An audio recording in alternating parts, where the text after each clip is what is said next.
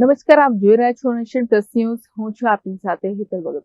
વડોદરાના ભાયલી ગામના માજી સરપંચ દર્પણ પટેલની ઉપર શ્રી શનિદેવ મંદિરના વિવાદમાં અકારણ ઘસડીને તાલુકા પોલીસ દ્વારા કાયદેસરની કાર્યવાહી કરવામાં આવી હતી, જેના ઉગ્ર પ્રત્યાઘાત ભાયલી ગામમાં પડ્યા છે.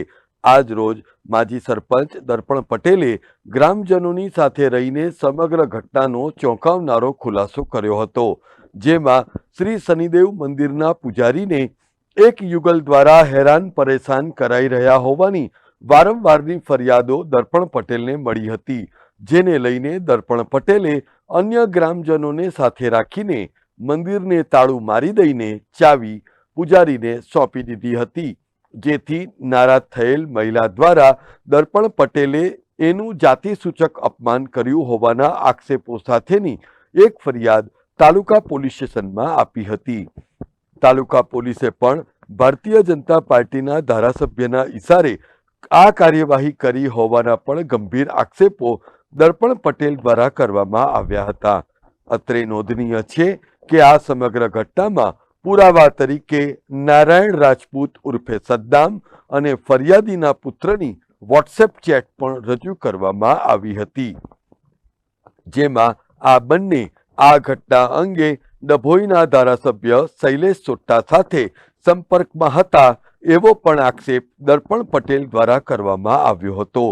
અત્રે ઉલ્લેખનીય છે કે ભૂતકાળમાં પણ નારાયણ રાજપૂત ઉર્ફે સદ્દામ અન્ય એક ગુજરાત સરકારના મંત્રી સૌરભ પટેલના કોન્વોય ઉપર પથ્થરમારો કરવામાં પણ વિવાદમાં આવી ચૂક્યા છે. આ ચેટ અંગે નેશન પ્લસ ન્યૂઝ દ્વારા સંબંધિત લોકોનો પક્ષ જાણવાનો પ્રયાસ કરાયો હતો, જે શક્ય બન્યો નહોતો. સમગ્ર મામલો એવો હતો કે ગયા શનિવારના રોજ અમારું એક વર્ષો જૂનું ભાયલી ગામનું મંદિર છે, અહીંથી 1-2 કિલોમીટર પર ભાયલી ગામથી. ત્યાં એક પરિવાર ત્યાં અમારા જે મહારાજ છે એમને ડિસ્ટર્બ કરતા હતા, તો મેં એ ચાવી લઈ અને મહારાજને સોંપી દીધી. જે ખોટું લાગી જતા ત્યાંના જે ફેમિલી છે એ મહિલાએ મારા વિરુદ્ધમાં એટ્રોસિટી એક્ટ વિશે ફરિયાદ દાખલ કરવા માટે શૈલેષ સોટ્ટાનો સંપર્ક કર્યો. મેં કોઈ જાતિ વિષયક શબ્દ બોલ્યો નહીં. મારી સાથે અનુસૂચિત જાતિના મારા મિત્ર સાથે જ હતા એ ઘટના વખતે. હું કશું બોલ્યો નહીં. લેખિતમાં પણ મારા મિત્રએ ત્યાં લેખિતમાં આપ્યું, તેમ છતાં પણ અમને ધારાસભ્યના દબાણને લીધે અમને ત્યાં એક આખો દિવસ ને એક રાત સુધી મને ત્યાં જેલમાં પૂરી રાખવામાં આવ્યો. નિયમ વિરુદ્ધ જઈને પૂરી રાખવામાં આવ્યો. મને જે કલમ હેઠળ મને ધરપકડ કરવામાં આવી હતી એ તાત્કાલિક જામીન પાત્ર હોવા છતાં પણ મને 24 કલાક ભૂખ્યો અને તરસ્યો અંદર બેસાડી રાખવામાં આવ્યો. એટલે પોલીસની ભૂમિકા પણ શંકાસ્પદ છે. આ ચેટ નારાયણ રાજપૂત જે ભાજપનો નેતા છે, આ વિસ્તારમાં નેતા થઈને ફરે છે, એની પાસેથી આજે સવારે જ મેં મેળવી છે અને આ એના જ સ્ક્રીનશોટના મેં આ તમને પ્રિન્ટ આપું છું. આગળની કાર્યવાહી એવી છે કે આ અનુસૂચિત જાતિ જનજાતિના લોકોને રક્ષણ આપતો કાયદો છે અને આ કાયદાનો જે મિસયુઝ જે રીતે કરવામાં આવ્યો છે એ રીતે આમના વિરુદ્ધ ફરિયાદ દાખલ કરવા માટે અમે આગળની કાર્યવાહી કરવાના છે. આજે ઢોલ નગારા સાથે દર્પણ પટેલની મુક્તિને ગ્રામજનો દ્વારા વધાવી લેવામાં આવી હતી.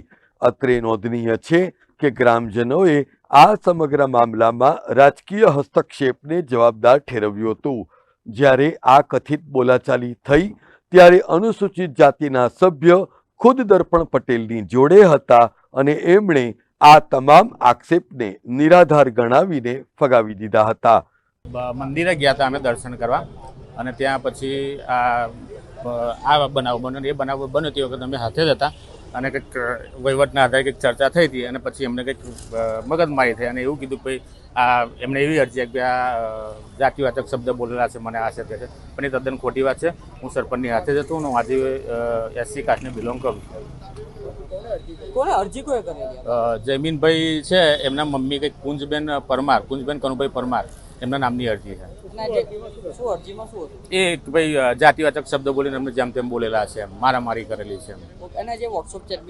હા, એ સરપંચ પાસે છે પ્રૂફ સાથેનો. સમગ્ર વડોદરામાં ચકચાર જન્માવનાર આ ઘટનામાં જામીન પાત્ર ગુનો હોવા છતાં પણ કસ્ટડીમાં એક આખી રાત ગોંધી રાખવા બદલ તાલુકા પોલીસની ધૃતરાષ્ટ્ર નીતિની પણ સખત આલોચના ગ્રામજનો દ્વારા કરવામાં આવી હતી. ગ્રામજનોએ ચૂંટાયેલા પ્રતિનિધિઓ પાસે ગ્રામજનો જો કામ લઈને નહીં જાય તો કોની પાસે જશે એવો પણ સોસરો સવાલ કર્યો હતો. સમગ્ર મામલો એવો હતો કે જે અમારા ગામનું જે મંદિર આવેલું છે, જે જગ્યા ગામની જગ્યા છે અને ગામના ગૌચર, જૂના જમાનામાં એવું કહેતા હતા કે ગૌચરની જગ્યા હોય છે, ગૌચરની જગ્યા ગામવાળા વાપરી શકે. જેવી રીતે વાસણા, ભાયલી, ગોત્રી, સેવાસી, બીલ, ચાપડ અનેક ગામડાઓનો સમાવેશ કોર્પોરેશનમાં થયેલો છે.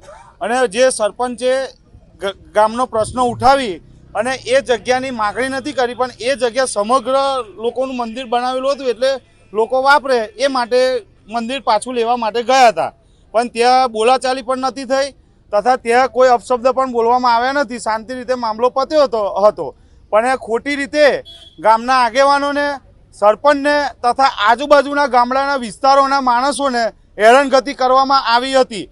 જે પણ કોઈ રાજકીય પક્ષના લોકો હોય, પક્ષ હોય, વિપક્ષ હોય કે અપક્ષ હોય, અને ધારો કે તમે ચૂંટાઈને આવો તો કોઈ પણ પક્ષનો માણસ હોય એની તકેદારી રાખવાની જવાબદારી કોઈ પણ પક્ષના અધિકારીની હોય છે કે પછી કોઈ પણ પક્ષના નેતાની હોય છે.